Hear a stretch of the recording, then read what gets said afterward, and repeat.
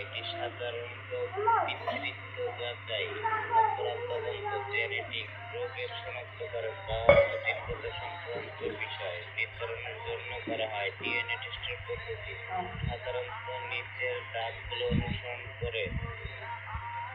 নমুনা সংগ্রহ। ডিএনএ টেস্টের জন্য প্রথমে সঠিক নমুনা সংগ্রহ করতে হয়। সাধারণত দুটি পদ্ধতিতে নমুনা সংগ্রহ করা হয়। মুখের মিউকাস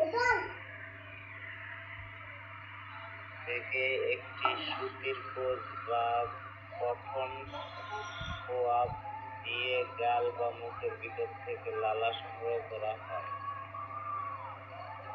রক্ত বা চুল থেকে কখনো কখনো রক্তের নমুনা বা চুলের গোড়া থেকে ডিএনএ সংগ্রহ করা হয়। ল্যাবরেটরি পরীক্ষা।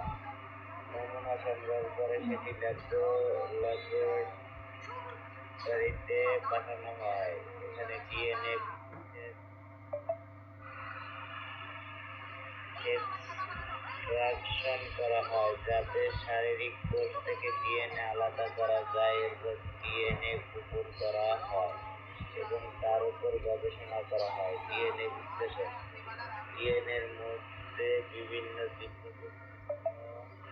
মার্কার